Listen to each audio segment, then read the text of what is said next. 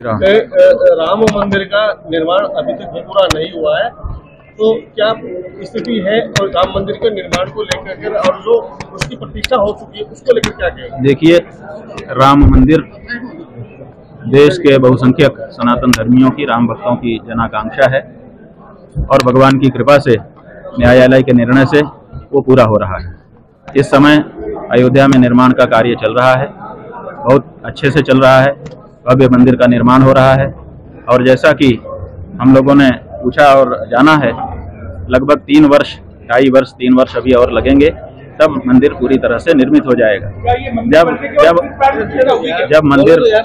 जब मंदिर बन जाएगा तो स्वाभाविक है कि प्रतिष्ठा का कार्यक्रम आरंभ होगा। अभी जो कुछ हुआ है वो एक राजनीतिक कार्यक्रम था, वो हो गया, अब उसको भूल जाइए।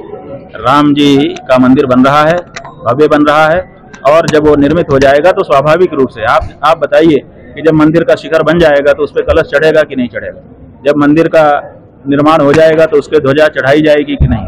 वहाँ पर जहाँ शिखर में जिन जिन जगहों पर जिन जिन देवताओं की पूजा होती है, जो जो न्यास होते हैं, वो होंगे कि नहीं? तो स्वाभाविक है कि जब मंदिर बन जाएगा तो वहाँ पर प्रतिष्ठा का कार्यक्रम होगा, उसका भी लाभ हम सबको मिलेगा। कोई चिंता करने की हिंदुओं को आवश्यकता नहीं है, इस बारे में प्रगति पर है।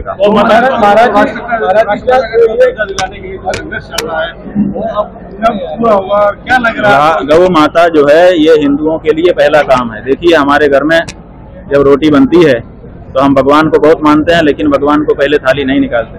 हम गुरु को बहुत मानते हैं, लेकिन उसका भी पहली रोटी नहीं निकालते। पहली रोटी गाय की निकलती है। इसका मतलब है कि हमारे लिए सर्वप्रथम गाय है। इसलिए गौ हत्या बंद करना और गौ माता को पशु की सूची से हटा करके राष्ट्र माता के रूप में प्रतिष्ठित करना, ये इस समय की हम लोगों की जिम्मेदारी है।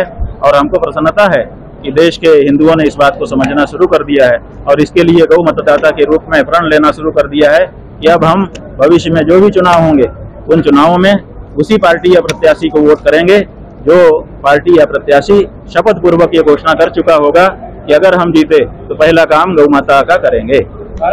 NSVI से हम कभी भी संबद्ध नहीं रहे। हाँ, अखिल भारतीय विद्यार्थी परिषद से जरूर हम संबद्ध रहे। जब हम पढ़ रहे थे उस समय छात्र नेता के रूप में छात्र संघ के अध्यक्ष का पद चुनाव हमने अखिल भारतीय विद्यार्थी परिषद के पैनल से लड़ा था और अध्यक्ष बने थे। तो इस तरह का आरोप हमारे ऊपर लगाना, ये केवल दुष्प्रचार करने की भावना है, इससे ज्यादा कुछ नहीं। तरह से उठाई ही नहीं है कि राजनेता उससे बन जाएं।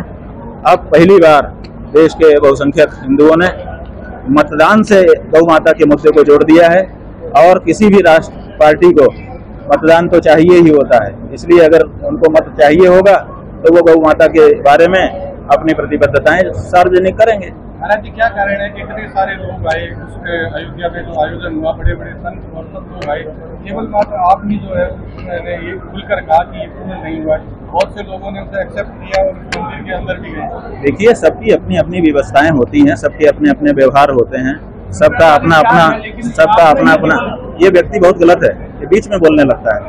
बाद में भी तो पूछ सकते हो तुम, इतनी जल्दी क्या है तुमको? अभी हम इनकी बात बता रहे हैं। तो हमारा ये कहना है कि सबका अपना व्यवहार करने का, रिएक्ट करने का तरीका होता है। तो अपना व्यवहार होगा, अपनी उनकी प्रतिबद्धता होगी, उनकी क्या मजबूरियां हैं, हम सब कुछ तो नहीं जानते, इसलिए किसी के बारे में हम कुछ नहीं कह सकते। हाँ, हमने जो हमको उचित लगा, सच लगा वो कहा। और अभी तक कोई भी भारत देश से निकल करके राजनेता या विद्वान नहीं आया जिसने ये प्रतिज्ञा देश के सामने कर ली होगी कि अभिमुक्तेश्वरानंद गलत कह रहे हैं, मंदिर तो बन चुका है। ऐसा किसी ने नहीं कहा। तो ऐसी स्थिति में हमारी बात स्पष्ट हो चुकी, सिद्ध हो चुकी।